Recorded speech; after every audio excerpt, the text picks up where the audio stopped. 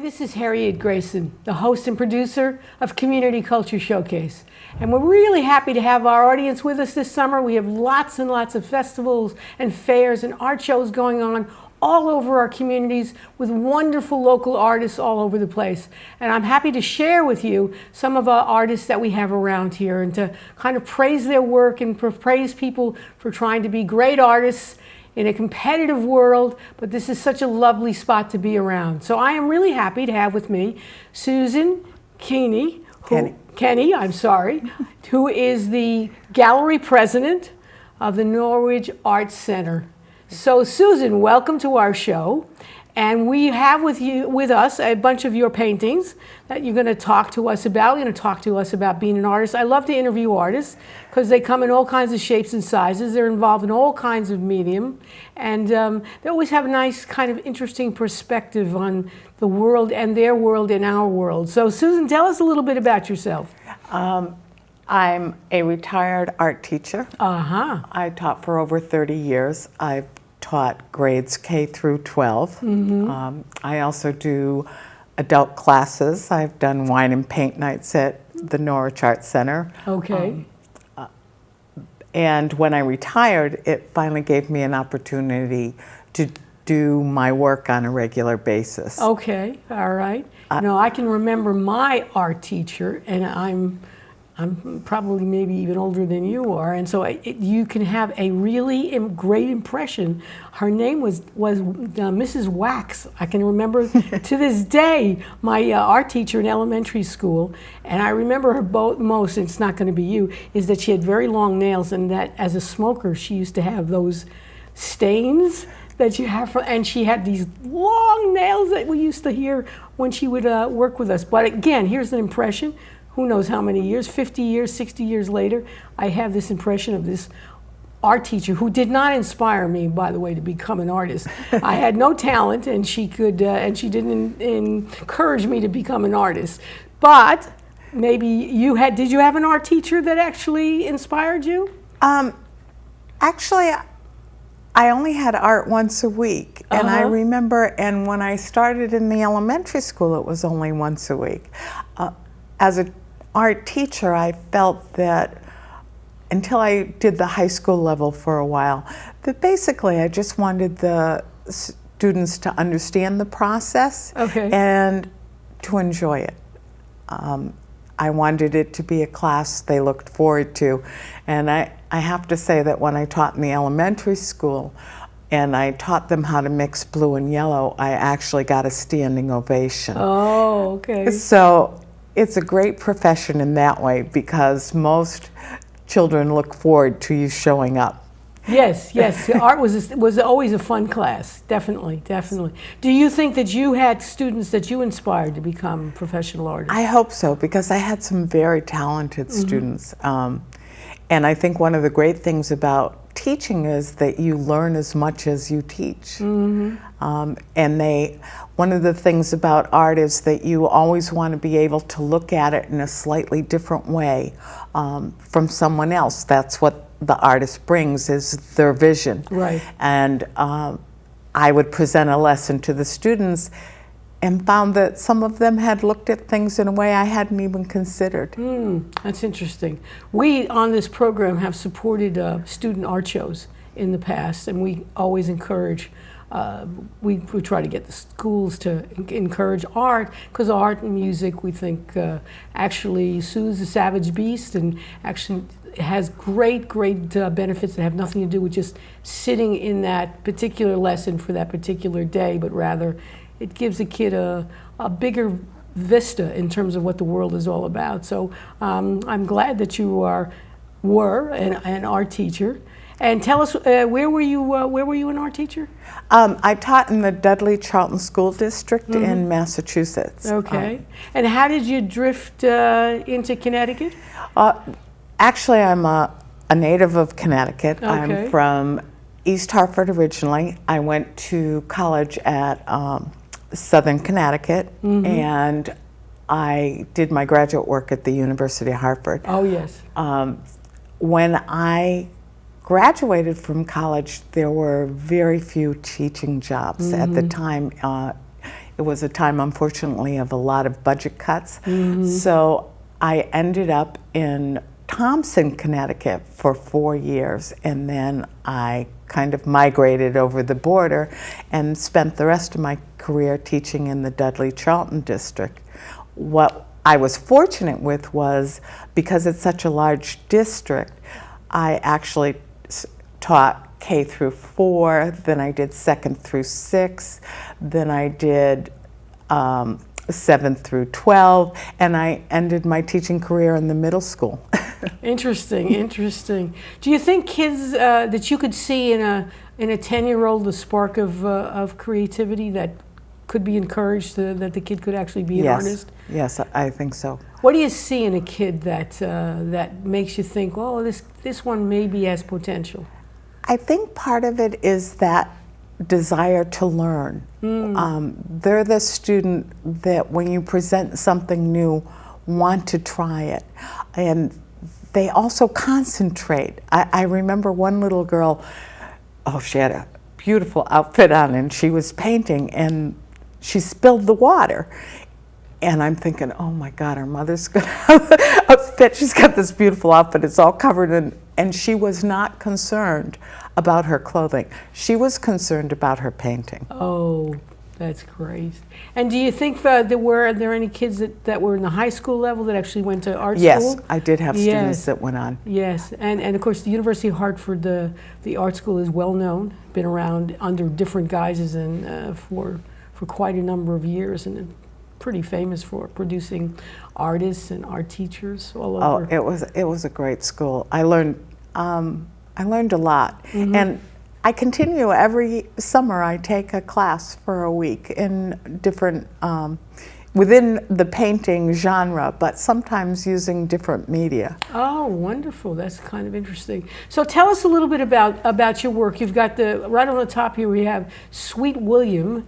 Why don't you explain a little bit about what it is and what kind of medium you actually use? I started as a watercolor artist, but framing is very expensive, and I gravitated toward the acrylic because it was easier to carry, and I'm not an oil painter. If there's something in my painting I don't like, I like it out right away. And acrylics are what we call a fast media.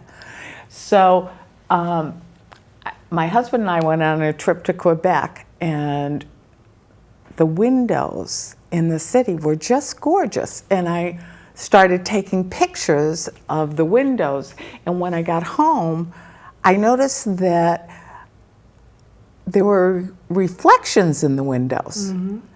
And I started to look at windows in a different way. Not only did I want you to see in the window, but I wanted you to see what was reflected in the window. All of the places that I've painted are actually from places I've been. I have a daughter who lives in Williamsburg, New York, and Sweet Williams is a children's clothing store that was a couple of blocks from her house. So if you look at the painting, what you're seeing is the exterior of the window, and you look into the window, and then there are areas that are supposed to show the glare of the window and what you can see from across. I'm pleased with these because it's a technique I developed myself. And so what I do is I paint the background a dark color, because when you're looking into something, you can't see all the way into the back. And I start with a general idea of what's in the store windows. Now, I don't show exactly what you see, just the subject matter. And I have, unfortunately, piles and piles of magazines that I've cut small pictures out, and I take all the pictures, and after I've laid out the window, I start to lay the pictures down so that I can create depth, so that there are things that are up closer to you and things that are farther back. And once I've laid all of them out, then I start a section, like I painted the background of the floor and then put the pieces back in so that I could create that depth. And they're gessoed on. And then after that, sometimes I use cut paper. Sometimes I use tissue paper. Some of this is tissue paper. Then I add the acrylic on top. For example, this rug here isn't totally the rug. I painted a section of the rug because when I took it out of the magazine, I only had part of it. And then after that, I do a glazing technique so that you get a slight reflection that looks like the glass, but I don't use it on the exterior of the building. Okay. Interesting. These are fun. Let me ask you a question. So, what?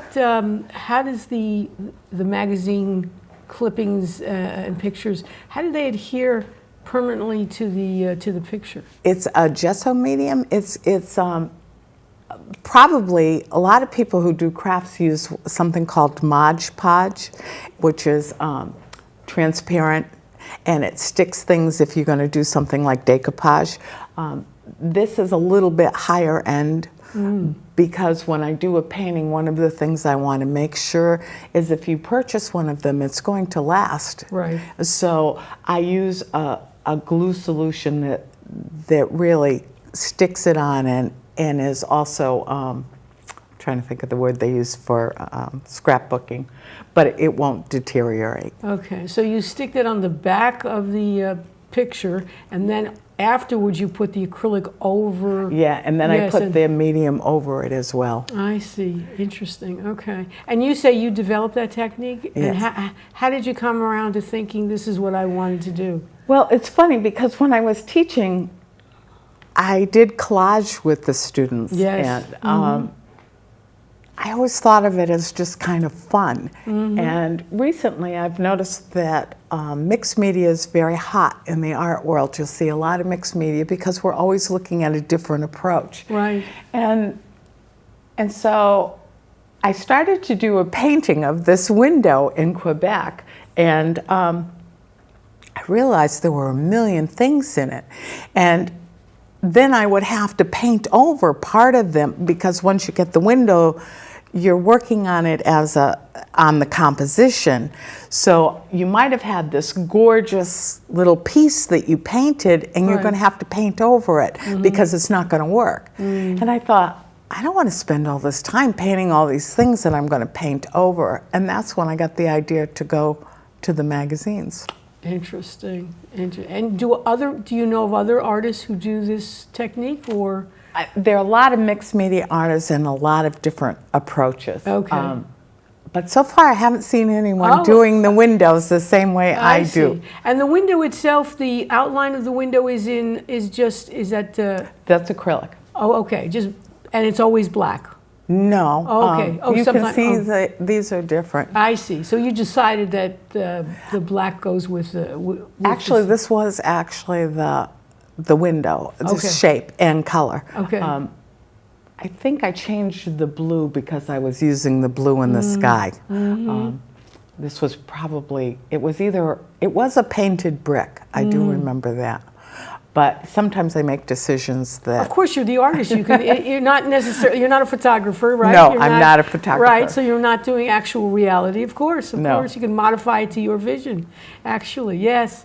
But you do, when you saw the story, you didn't take photographs to I did take photographs. Just so you remembered.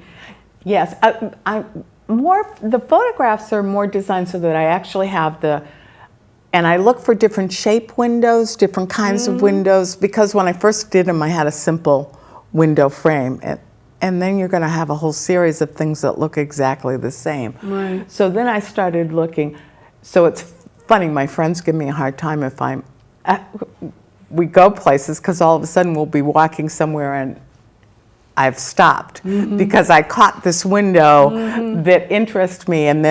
And the other thing is you want to have a window that has a reflection, so you have to do it at a certain time of day. Ah, okay. Interesting. Did you have you studied photography that you would have some? I've never studied photography, but I use it a lot in my work.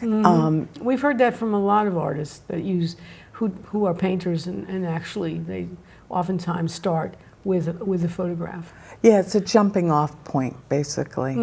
But I especially use them for the exteriors of the windows and for the reflection. And sometimes you can't, like these are the lights inside that you get that's coming through the reflection. Right. Okay. So that was from Quebec. No, this one's from Williamsburg, Okay. New York. Okay. I don't have any of the Quebec ones with me. Oh, okay. And where is Williamsburg? It's in Brooklyn, New York. Oh, okay. I know. Yes, okay. All right. So now we have some other ones. The one on the bottom? This one on the bottom is from Portland. And what interested me about this one is, and I love to watch people look at my work sometimes because it has that three-dimensional effect. Yes. And I've had people come over and look at the side to see if it actually comes out, which is really nice. Yes, there you've accomplished yourself as an artist. Yeah. So if you look at this one, you can see there's a parking garage across the street. Okay. And that this was, it had the cupcake. I used the cupcake. Okay. That was actually on the window. All right. But I think I put kitchen stuff in it instead of bakery things. Oh, okay. All right. And where did this one? This is Portland, Maine. Portland, Maine. Okay. So you travel around looking for good places to pick up windows. Huh? Well, yes, because I live in a very rural area. So whenever I go into a city area, Right. you're going to have a lot more variety. Yes, yes, yes. So what made you decide that you wanted to go, like we were talking about the black window pane. Here is a white window pane. Did it actually have a white window pane? It did have white. It did. It did. A lot of the exteriors are pretty accurate. That obviously when you take a photograph of a window, you're not going to find exactly what's in that window. Sure. So rather than do that, I concentrate more on a theme, which is why I have piles and piles of catalogs.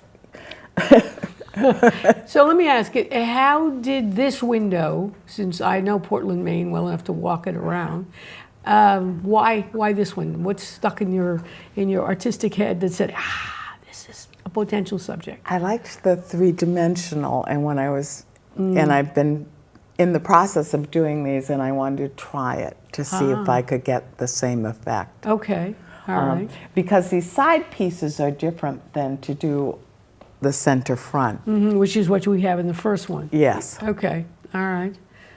And do you actually pick out places, like do you pick out Portland, Maine, for example, because you know it's historic and might have some pretty... No, it's just accidentally you go to Portland, Maine, and oh my goodness, this one just catches my eye. And so do you travel around always with a camera around your neck? Well, like everyone else, I have my phone. Oh, yes, okay. So, and I have a really good camera, but it's heavy, and Yeah, you're you not. want to do that, okay. And I have to admit, I'm a shopper. So if I'm in these, if I go to places like Portland or New York, Right. I'm shopping. I'm downtown, and then I'll kind of. Oh, okay, interesting, very interesting. And of course, two areas, I do know Williamsburg, Brooklyn, so that two areas couldn't be more different, although I suppose to some extent Williamsburg would like to have a little of that historic piece from Portland, Maine. Yeah, there's so much new building going on. Yes, in all the places that you've been. All right, very good. So what do we have? So next to me, I have some pictures, paintings. The one on the top Okay, the one here. Yes. is Manhattan. Manhattan, okay. So when I go in to visit my daughter in Right. New York. Right. And that one I struggled with because if you look, you can see the reflections of the buildings in it, the angle that went. And it was a clothing store, but I wanted something more. So I think what's interesting is the two women that are in the front of that one. Okay. They were actual models from magazines, but what I noticed in New York was that all the mannequins are white. Oh. So what I did was I changed the skin tone to a white so that they would look more like a mannequin in a store window. Do you remember where exactly you saw this window? No. No. Okay. Downtown, uptown, midtown? It doesn't matter. Okay. It doesn't matter. I'm out there with taking Because, pictures. of course, Manhattan has so many potential, oh my God, stores and stores and stores. So there's all kinds of opportunity to, so what caught, I mean, so taking that point, so there's so much you could have chosen in terms of looking at Manhattan. Why this one? Because of the city reflection that you can't, and so when I'm looking at windows, I'm looking at them maybe in a different way. Not only what I see in the window, but what's reflected in this window. Okay. And that one had the skyline disappearing, which I thought, and if you look, that's a very tall window, which it was in actuality. And the mannequins on the bottom, actually they just had clothing on the bottom. There's quite a bit of window there with nothing in it. I see. So simply the reflection of the other buildings surrounding the shop. Because of course you can, New York, because it has so many different architectural designs, so many different periods. I mean, there's things there from the 1700s and there's things that were built yesterday. So that your ability to find different kinds of shops from different kinds of buildings that were built who knows when, 200 years ago, and then, as I said, could have been built yesterday. But your tendency seems to be for the old rather than the new? I think it has more to do with the light and the reflection at the time of the day that I'm there. Okay. So I happen to be there. It's not like I do landscapes as well. Okay. And I go out at a certain time of day. If you're a landscape painter, you're not going to be painting at noon. You're going to go in the early morning or later in the afternoon because of the light. With my window paintings, I ended up with these photographs because I happened to be there at that specific time. Right. So sometimes I'll see a window that's interesting, but I'm not getting any reflective surface in it. You can't, there's no way that it's capturing any light. Yeah. Now, do you find a place like Manhattan where, because there's so many large buildings, that in fact that diminishes reflection? Yes, it does. And also, too, you have to figure the people. Like, I'm trying to get a picture without people walking in front of me, which is a... Oh, yes, yes, that's going to be a challenge, yes. And how far back I can get. Like, in a little city like Portland, I can cross the street and take the picture. Right. When you're in Manhattan... 6 lanes, taxis, Yes. people walking, bicycles, baby carriages, skaters, everything under the sun. And they're not moving for you. No, they're not moving for me. No. So you'd have to, ideally, if you could be up on a ladder, you could look into the windows, and then you might capture something else. So that's an idea for your next one, to go into Manhattan with a big, tall ladder. Oh, that would be interesting. Put it on top of the hood of your car. My right? daughter will go, I don't know that woman. But that's what an artist does. That's right. Actually, it's funny because I painted a mural in her, my granddaughter's bedroom, and I had the windows open. She has a big window next to the wall, so I could get light. And I had a woman stop and take a picture of me painting the wall in my daughter's bedroom. And she might end up in a painting. That's cute. That's very good. So then on the bottom we have, next to me, we have, this is? Home Accents. And I like that one because it has the flags. If you look at the top, you can see the flags and on top of the light. And that one was in Provincetown. Massachusetts. Yes. Okay, on the Cape. Okay. Good, good. And so what makes this one different? This actually seems like it has a lot more in it, or it's up closer to the eye. That was it probably depends on when I painted them. And that was one of my first 3D windows. Ah, okay. And what inspired this one? I liked the flags, the reflection, and if you look at the lighting at the top, I have the lamps along the top. And if you look on the side of the window on the left, you see the reflection of the shingles on the building. Right, I see that. So I was looking at it as, how do I create a three-dimensional window on a rectangular canvas? For example, in the two top corners, you also see a little bit of the shingle and the bottom two. So part of it was a problem for myself and how to create a window that looked three-dimensional. Ah, okay. And you solved it by how did you feel you solved that one? I think that doing the reflective surface of the shingles really helped. And so that the window on the left, you see the shingles, but the section on the right, you actually see into the store. Right. Okay. All right. Interesting. And did you say this was one of your very first examples of this? No, actually the early ones were Quebec. I didn't bring any of those. Oh, okay. Okay. I see. That's interesting. And you recently had a show?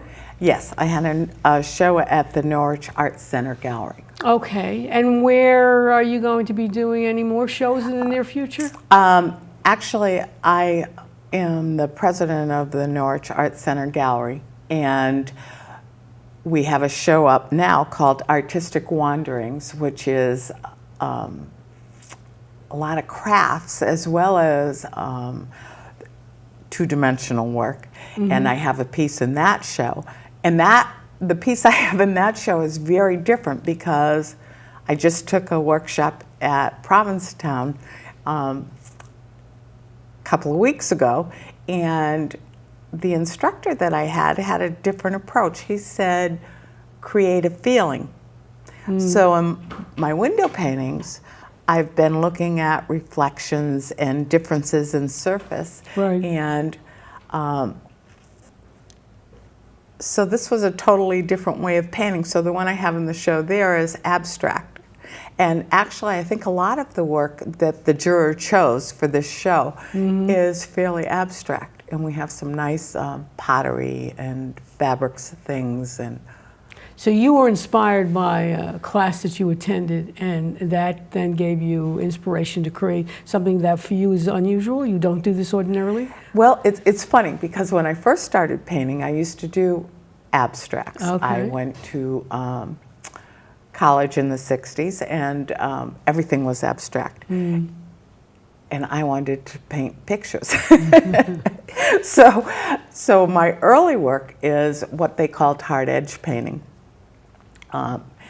And then I started teaching, and I didn't have as much time to do the kind of work. So when I had my children, I did a lot of watercolors because they were easy to transport.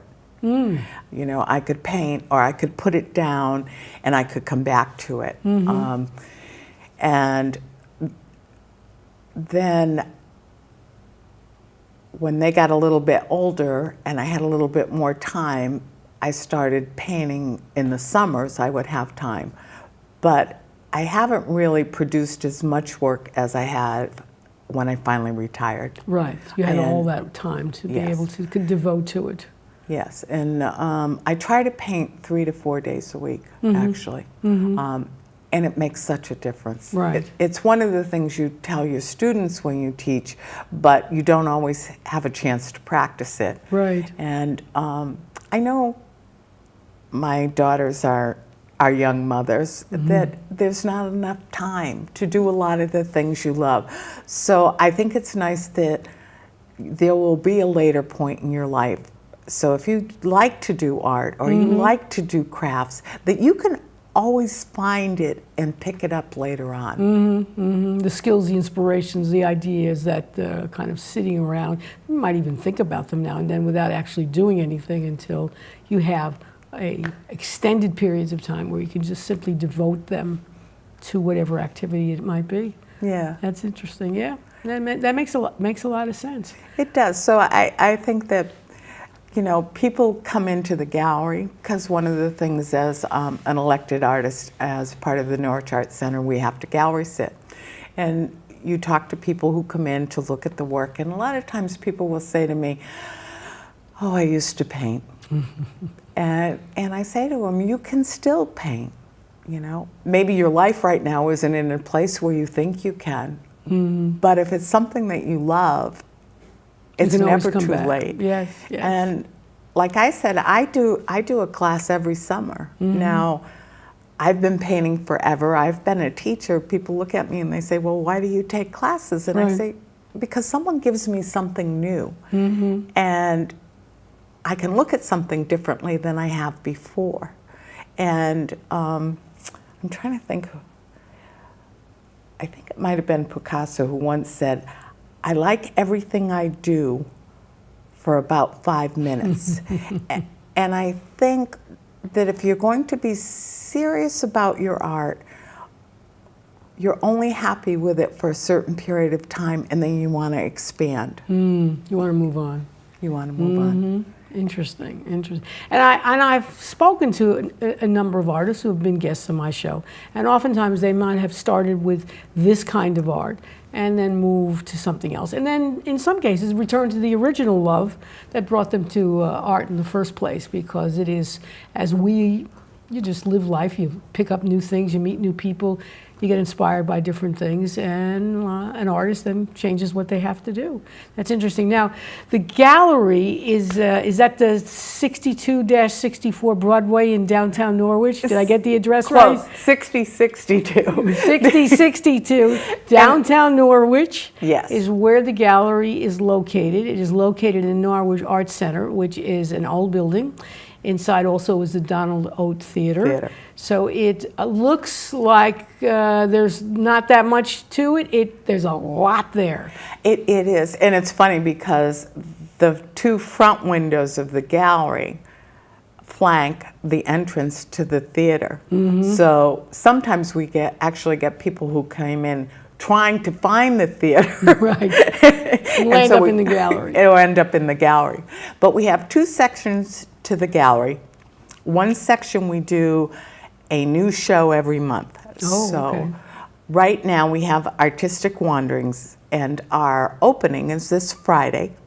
We have quite a few prizes for this show because the Catherine Kraft Foundation has donated money. And then in September, we are doing something called Something Fishy. And we actually have some fishermen who tie their own flies, which is an art in itself, who are going to exhibit some of their flies. And also artists working on the theme. So it should be an interesting show. And we're also giving prizes for that. If you go to our Facebook page, you can get what you need to do to enter. And what's the Facebook page? It's the Norwich Art Center Gallery. Okay. We're presently working on a new website for the gallery in the theater. But right now, the gallery information is usually separate. And who are the jurors for these kinds of art exhibits? It depends. Oh, okay. I think we just got the juror, and I forget her name, unfortunately. So you usually have just one juror? We usually have one juror. One juror. Who is an established artist themselves? Yes, who's usually an artist, or the juror for this show, I think, also owns a gallery. But we look for people who have an art background. Right. And you would give out first, second, third, something like that? Yes, and with the Catherine Kraft Foundation, they have a lot of separate prizes. So I think it's like $1,200 worth of prizes we're giving for this show. Oh, well, that's interesting, yeah. Which is a lot more than we usually do. Okay. But we're hoping for more sponsors. So if we can get people to sponsor prizes, and we'd be happy to name the prize for you if you're interested. No, that's good. That's very good. And did this foundation just find you, or did someone? Oh, no, did you... actually, they give to a lot of different art organizations. Oh, okay. I know that Mystic also is giving prizes that and we've done this for quite a while. August has always been a big show, but it's a lot of crafts, which some of our shows aren't oriented that way. And we've started a new program at the gallery. It's called Visions and Voices. And we're trying to bring more of the community into the gallery. Right. So in October, we're doing an Asian theme. So any artists who do work that deals with the Asian culture should look into submitting work for our show in October. That's interesting. At one time in my life, I actually worked for the China Institute in Manhattan. Oh. So yes, I am familiar with old and new Chinese art, but not as an artist, simply as a spectator. Well, you can't certainly have the artist without the spectator. Right, so definitely I'll think about coming down for the October show. Now, do you have like a committee that sits down and develops the themes for the year? Yes, actually, the elected artists. What is an elected artist? An elected artist is you apply to the gallery, and what you have to do is you have to present a portfolio. Now that means you can come into the gallery and show us some of your work. You might have it on a CD, and you have to gallery sit at least once a month. You're supposed to attend. We have a meeting every month, and we like the artists to also attend our openings, which are once a month. Okay. So if you're interested in becoming an elected artist, you also have to be willing to do these things. Other activities, which goes beyond your work itself. Yes. Okay. And so then we sit down and we look at the calendar and we try to plan it. Now the new Visions and Voices that we are doing with the theater. Okay. So we have a board that I'm a part of. The gallery's only part of that board. And so upstairs in the theater, we're actually going to show a movie. I think we're having some dancers. So it's something else to add. All part of this Asian theme. All part of this Asian theme. Okay. And why Asia and not South America or Africa? Well, actually, we're trying to do 2 Vision and Voices per year. Okay. All right. So this one's an Asian theme. I'm trying to think what our last one. We did one before, and my mind just blanked. Okay. But we're going to do an under 30. So we're looking for young artists to come in. Okay. We are also going to do an African theme, Latin American. So we're trying to look at different cultures because Norwich has a wide range. Oh, it certainly does. It is certainly a multicultural, multi-ethnic, multi-religious community for sure. Absolutely. And I think that I have been to the gallery and I've been to the theater, and it's just one of these wonderful neglected gems, I call them, that is there in the community. I bet most of your people who participate actually don't even come from Norwich, which is, just such a shame.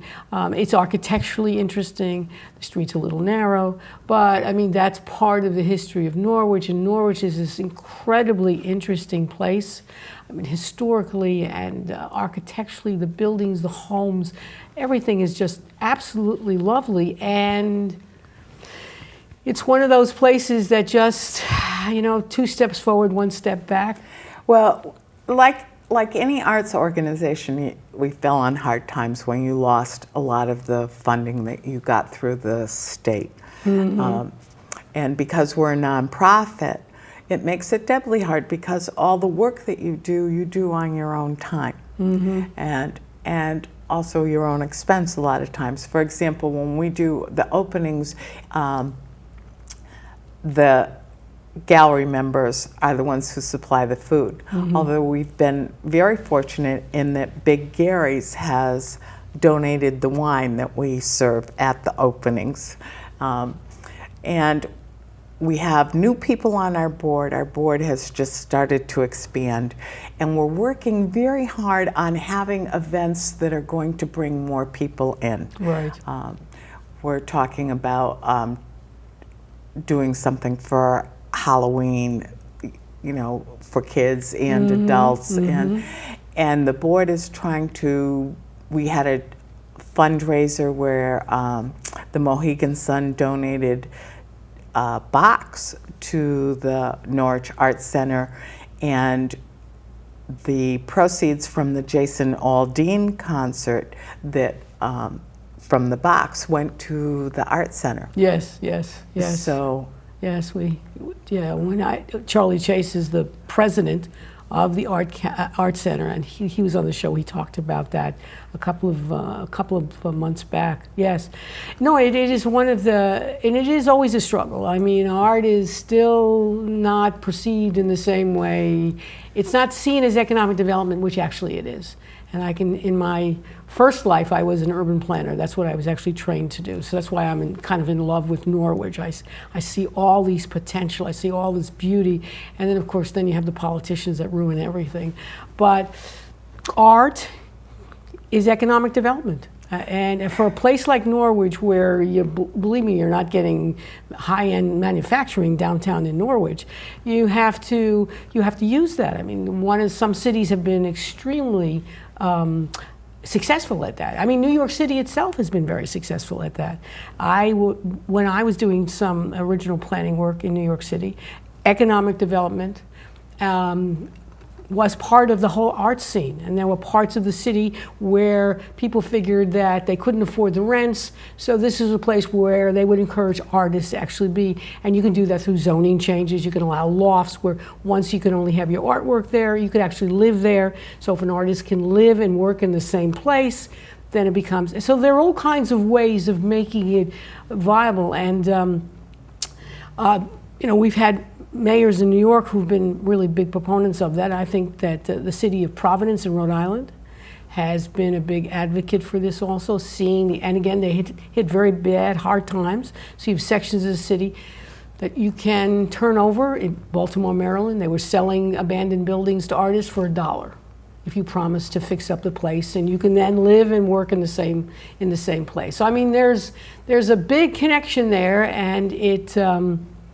I don't think necessarily that the politicians see it exactly that way, but it, sort of hammer in their heads a little bit more about that. Well, if you're going to come any place, and everybody knows that tourism is a big thing, and a lot of times we actually will have people come into the gallery and say, "I'm just here for a short time. What is there? What's there to do in Norwich?" And there's actually. There's several things to do in Norwich. There are, and usually on the night that we have an opening, we also usually have something going on in the theater upstairs. And we're working at trying to get people come in a little bit earlier to the gallery. Right. And then go upstairs, No, I mean, it's going to be a struggle, but if you're thinking long-term, thinking big picture, I think some of that can help. And then, of course, you worry about the state government has always been involved in, at least recently, in tourism and promoting tourism, because they got the message. But times are what they are, so you sort of have to kind of make do. And of course, I think also Norwich was greatly helped years back by the casinos, which have had some really tough times. And many organizations have suffered as a result of their inability to fund these kinds of activities, including the Pequot Museum itself, which was closed for a while because of the tribes couldn't come up with all the necessary funding. So I think, that you got to kind of pick your way out of it and kind of make make some distinctions. I think of Norwich, again, I told you I was an urban planner, so I love Norwich. I just love Norwich. I love the Slater Museum there. I love the fact that the Norwich Free Academy has this great education for kids. Oh, they do. So it's, it's just this city that has lots of pieces, and yet they're just having some difficulty. I mean, the perfect other example, of course, is New London. Again, an architecturally very inviting city. On top of that, having the water. Also, it's just sort of the politicians sort of get in the way of actually thinking big picture, and I think that's the beauty of artists. They think big picture. They take a crumbling neighborhood and they put little cafes in it. They put little galleries in it. They put art supply stores in it. They get young people to come on into it. Maybe then they can get a little liquor license and you have beer and wine. I mean, that's how whole neighborhoods can be changed. And it is artists who see the big picture and can see how you can transform things that make for a better place for the whole place to live. Well, the street that we're on, we have Reliance House and oh God, I can't think of Dan's gallery, but it's right around the corner. Now there are 3 galleries, and First Friday, all 3 galleries are open. Mm-hmm. And when you have this nice weather, especially, right, you can walk and go down the street and look in one gallery and then another. We all offer refreshments. And if not, you can always go to the Harp and Dragon and have a beer. Yes, Billy Wilson's is across the street from us. So there's a lot of things you can do, and you can be outside. Mm-hmm. And it gives you a little of that metropolitan feel that we miss out here in the country sometimes. Oh yeah, it is narrow streets, and parking is always a problem. But it is narrow streets, and it's a nice location for people just to come and take a look at. For several years, the Norwich Community Development Corporation used to sponsor. I used to do seminars in their building, which is also right down the street. And part of that was that we got the city historian to give walking tours at the lunchtime with people who might attend my seminars. And that was, that was kind of an interesting thing we did. And people were, came from all over the place. None of them were from Norwich. And for them, it was very interesting to see, and maybe, I don't know how many, maybe a few of them would come back, if nothing else, to eat in some of the nice restaurants that are actually around the area. You've got Brown Park right near by the water. So, it is an interesting place, and hats off to you and all your efforts to try and get more people to come on down to Norwich and to these art shows. So you said the gallery and the 2 others are they having something together? Every first Friday of the month, mm-hmm, all 3 galleries are open. Actually, we have a little pass too that if you get it stamped, mm-hmm, you get 10% off at like Harp and Dragon if you go for dinner afterwards. Okay, all right. And usually, and it's nice because you'll have all these different artists as well, because who's ever showing at the other galleries, we always make it a point to go down and see what new work and who's showing doing what. Exactly, and, exactly. And we share work in the sense that Dan Toplis' gallery, he has a piece in the Artistic Wandering show because he is an artist. Right. It's very nice community in the sense that once you get involved, even if you're not an artist, but if you want to volunteer, mm-hmm, to gallery sit or to help out and do something, you meet a nice group of people who are more than happy to explain to you what we're doing. We've tried to get involved with Norwich Free Academy as well. Mm-hmm. This year we did workshops. The gallery did 2 workshops and the theater did 2 workshops. And the gallery had an opening in January where we exhibited all the student work. Oh, yes, yes, yes, yes. And also on the other side of the gallery, we have one side for the show. The other side of the gallery is a rental space. Mm. So if you are an artist and you have your work professionally displayed. In other words, it has to be mounted and framed. You can rent wall space very inexpensively. So that's interesting. And how do you broadcast your achievements and your shows out Well, so that's the public, one of the things we're so the public working can on. get out, can find out about it. We have a new member on our board who's going to help us with publicity. Okay. And actually, one of the things that we did this year is people say artists are a different breed, and in some ways we are, in the sense that we're always jumping off into something.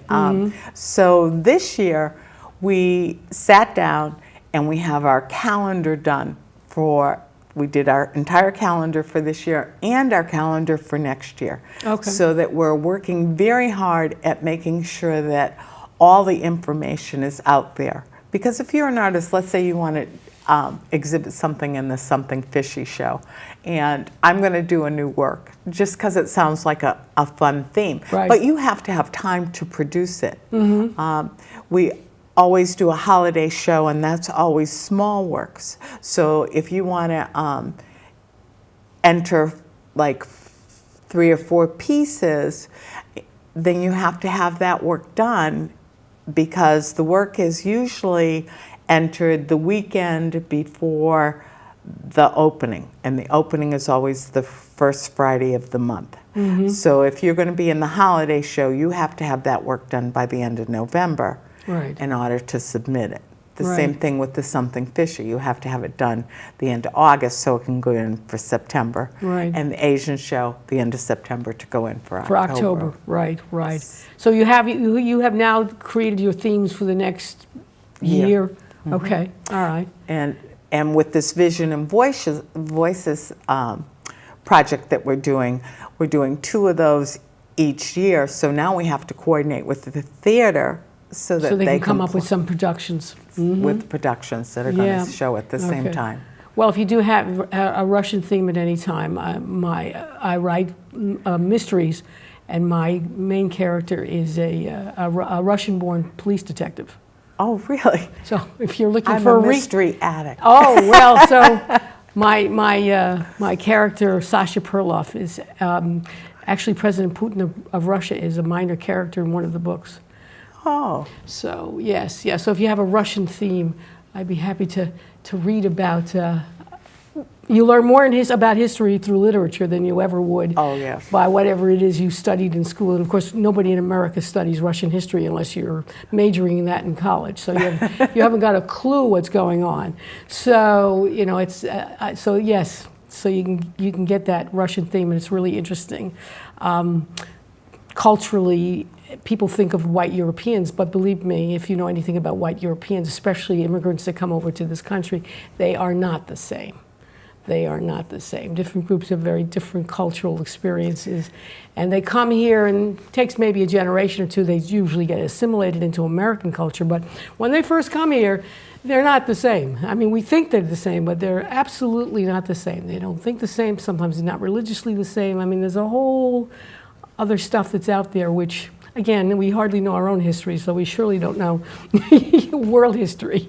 Well, I am a mystery addict, and I like certain genre, and I like certain genre because I learn about certain areas of the country or certain parts of the world. Oh, okay. Well, I write under the pen name Anastasia Goodman, so if you're interested, I'll be happy to share my novels with you. So yes, that's very good. So let's wrap it all up and tell us what's happening so we can plan on a calendar. It's first Friday. The first Friday of each month is our opening. So actually, you're going to have an opening this coming Friday. This coming Friday, we have an opening for our artistic wanderings. Okay, and then people could also then go to those other galleries in town? They can also go to the other. And is the Donald Oak having any kind of performance or anything? I don't know, because it's summer. Sometimes we just avoid that. Okay. Yeah, we've had. We're working on our air conditioning, but there's air conditioning in the gallery. Okay, so it'll be nice and cool if it's hot. Yes. So people should come downtown And what time is the opening? It's open at 6 o'clock. We go 6 to 9. 6 to 9, 3 hours, plenty of time. Are the other Yeah. galleries open the same times? Yes. Okay, so 6 to 9, that's what you do. And there's restaurants restaurants right around there. You can go Yes. into a couple of restaurants. You also offering the public wine and cheese or something like that? Yes, we do. We do Okay, wine and cheese. Yes, a little bribery always helps. A little Yes, food, we all- a little vino. Yeah, absolutely, absolutely. So that's wonderful. And you're going to be there? I'll be there. Okay, and you are displaying some of your work? I have a piece in the show. What's the name of it? Can you tell us? Yes, I can, because it's very. I call it joy. Joy. Okay. He said express an emotion, and the week before I went for my workshop, my daughter gave birth to a baby boy, Oh, how nice. and I wanted to show how I felt because I had girls, and okay. my girls had daughters, and Oh. this is my first grandson. Oh, very nice, very nice, very nice. What's the little boy's name? His name is Leo. Leo. Okay, very good. Not like Leo Bloom from Ulysses. I don't know where the Leo came from. Well, Susan, I want to thank you very much for coming. And we do want to support the Norwich Arts Center in all of its endeavors, both theatrical and art-wise. We want to support Norwich. We want people to come on out and visit Norwich. It's a lovely city, and you can walk around and think of yourself as being in Europe with those little windy, narrow streets. You can find parking. It's not impossible. And we want you to come back sometime and tell us how your new endeavors are going, especially about the visions where you take other kinds of culture. We're interested in that. We want to promote that kind of stuff. We have Asian Americans living all over the place, immigrants, as well as first, second, and third generation to enjoy that. So thank you for coming. Thank you. So everybody get out there. First Friday of the month, get out to Norwich and go enjoy the art scene there. And in the first Wednesday of the month, there's the art scene in Westerly, where the gallery is open over there. So this is Harriet Grayson, your host and producer, Community Culture Showcase. Enjoy the summer. Support our arts organizations. We need artists. We need writers. We need painters. We need photographers. We need all of that wonderful culture to continue to humanize us and make us appreciate our neighbors. So enjoy the summer, and I look forward to speaking with my audience at my next show.